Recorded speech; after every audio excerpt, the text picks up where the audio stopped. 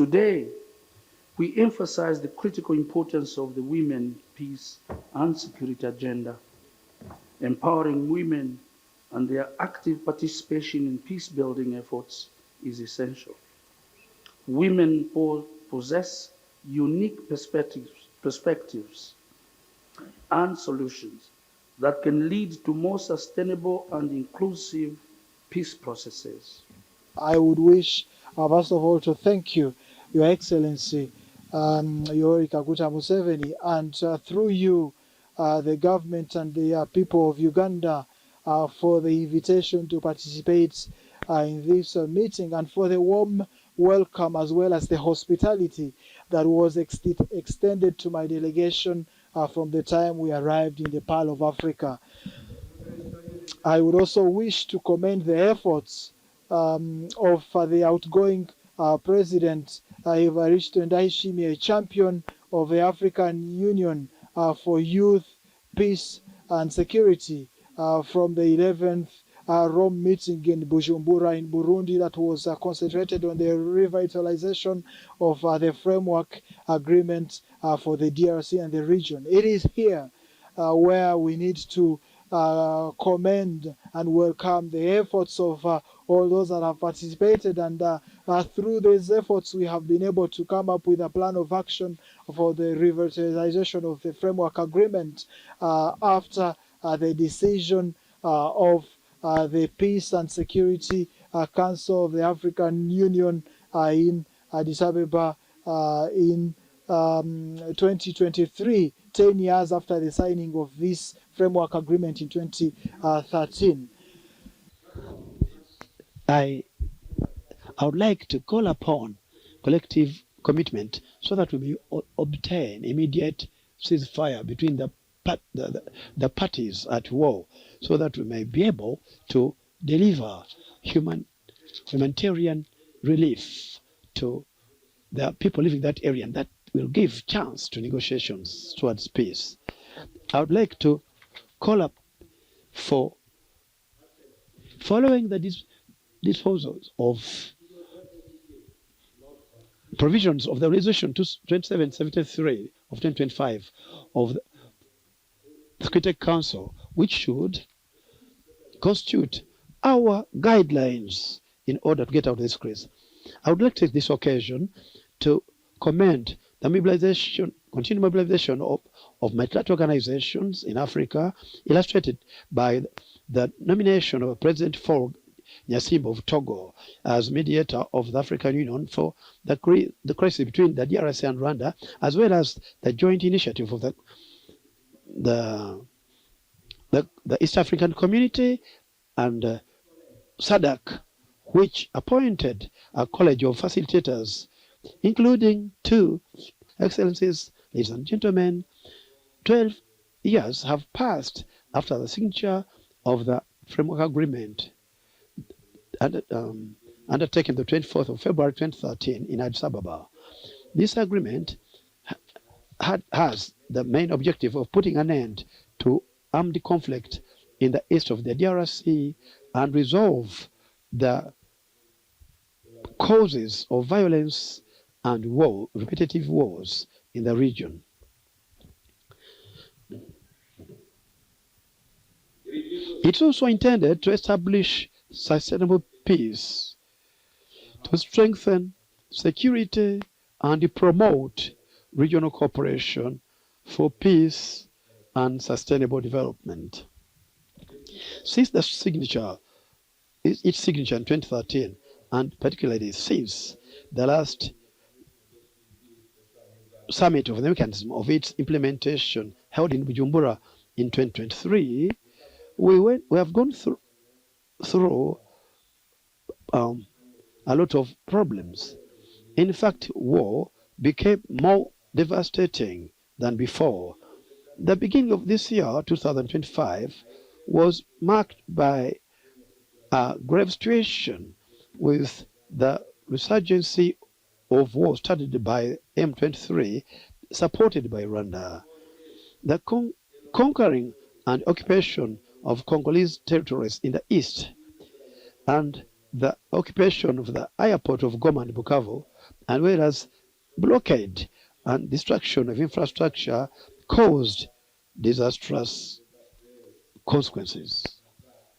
Massacres, mass violations of human rights, refugees, displaced people, impoverishment of populations, and jeopardizing economic activities, lootings, etc.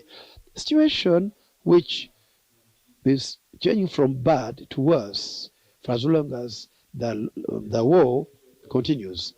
Regional and international efforts in support to the Congolese government for the establishment of peace have not given any satisfactory results, The East African community, which had marked some steps in looking for a Pacific solution, found problems with the lack of will of M23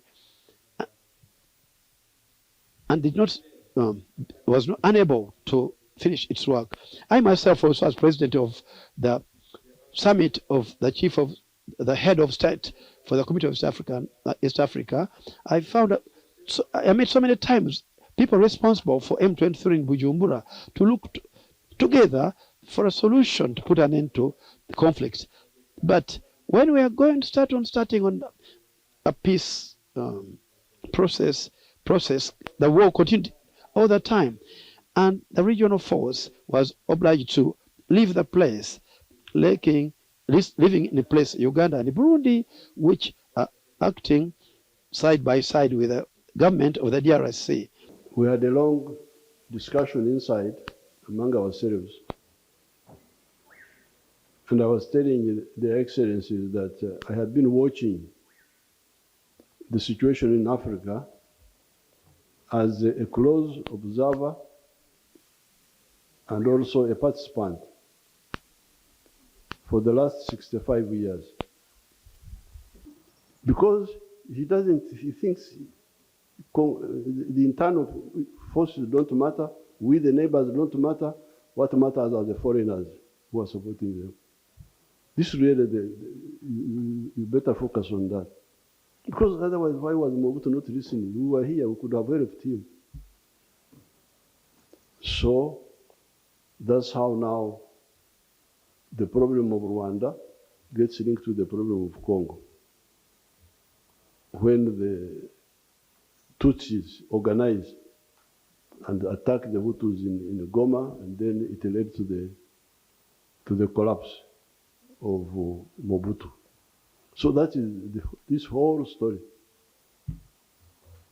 But it is solvable, because here in Uganda we solved it. We had the same problems.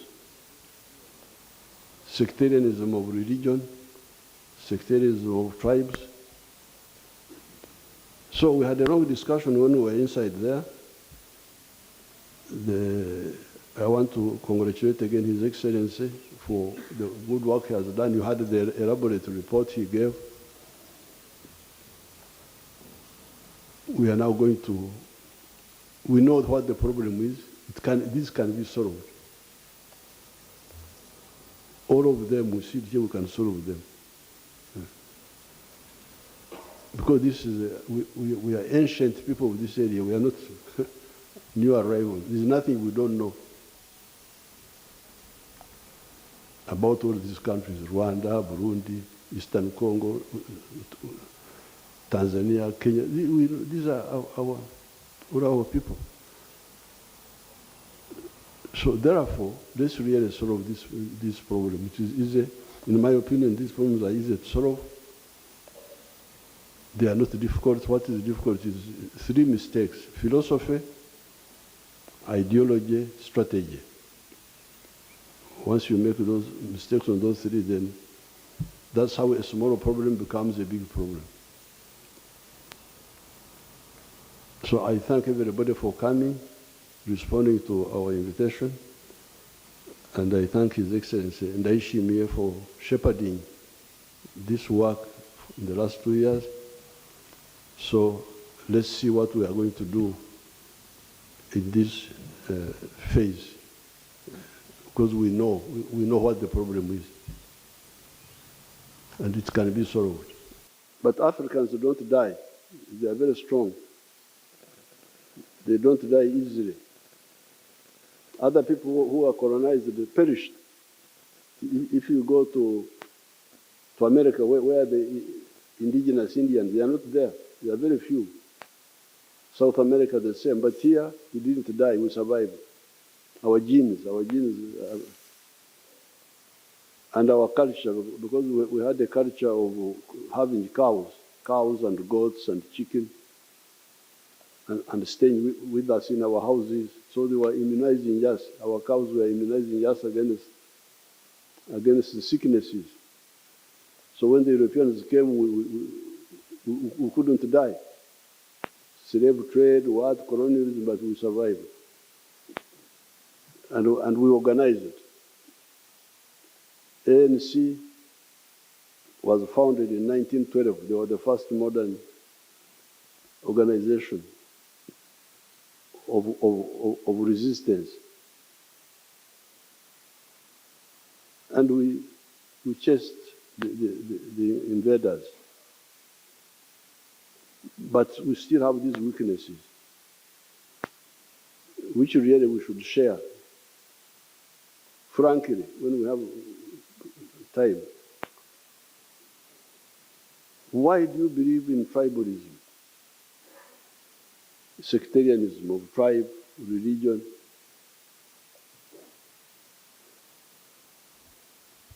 How will you create prosperity for your people? If you look at the Americas, South America is very rich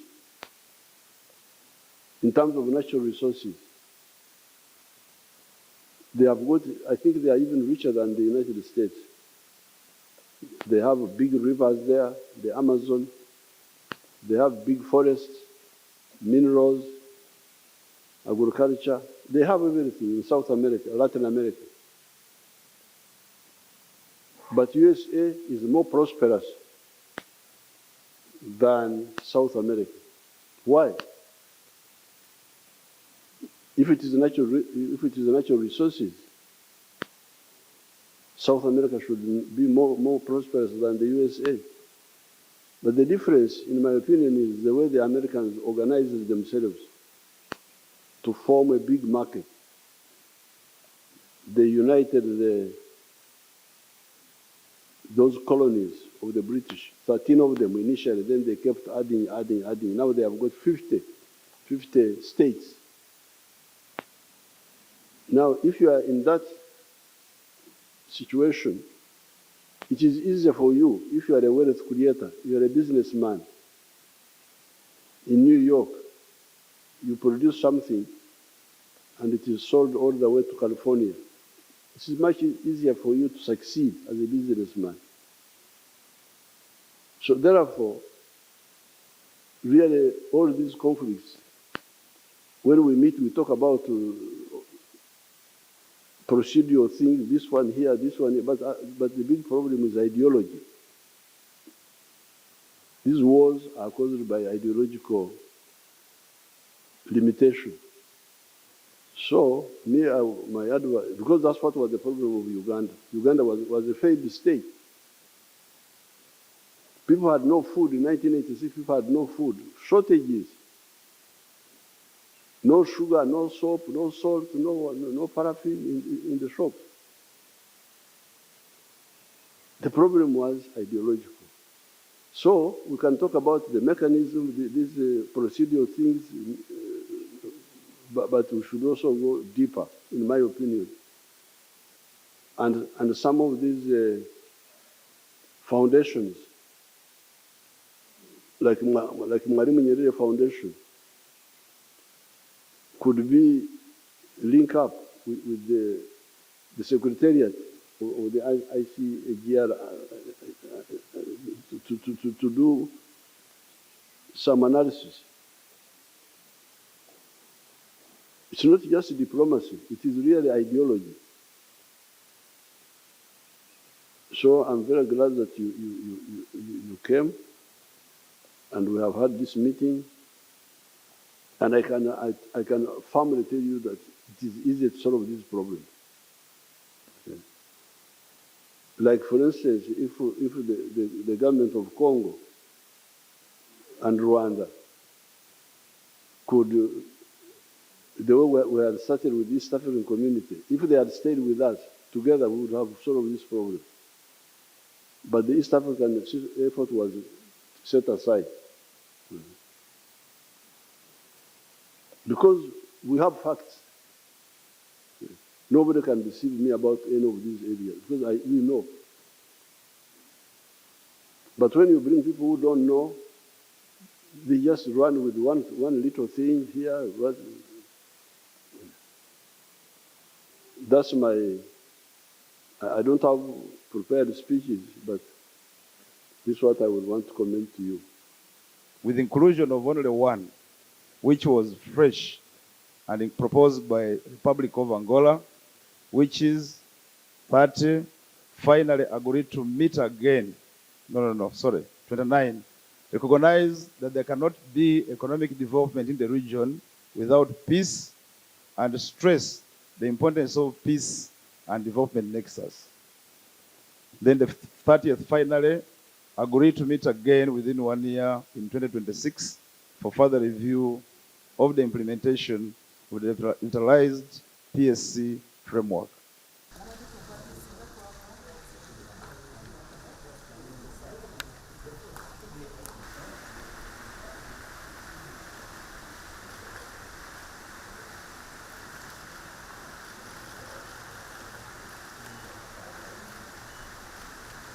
Making processes. Complementing this effort, we are currently at resolutions recognizing women's vital role. This initiative addresses the group, including religious and community leaders. Violence continues to be used as a weapon of conflict. It achieves this by facilitating regional aid in conflict-free minerals and promoting. We cannot overlook the significant role is not merely a document, but a promise. The ICGLR's role remains pivotal in fostering address the root causes of the conflict in DRC. Dialogue with armed groups, His Excellency Uhuru Kenyatta. Countries like Rwanda are watching to take. Jusqu'à ce jour. La force régionale à processus de Nairobi et de Luanda semble ne pas apporter basé, même si nous ne pouvons pas être hypocrites en la matière.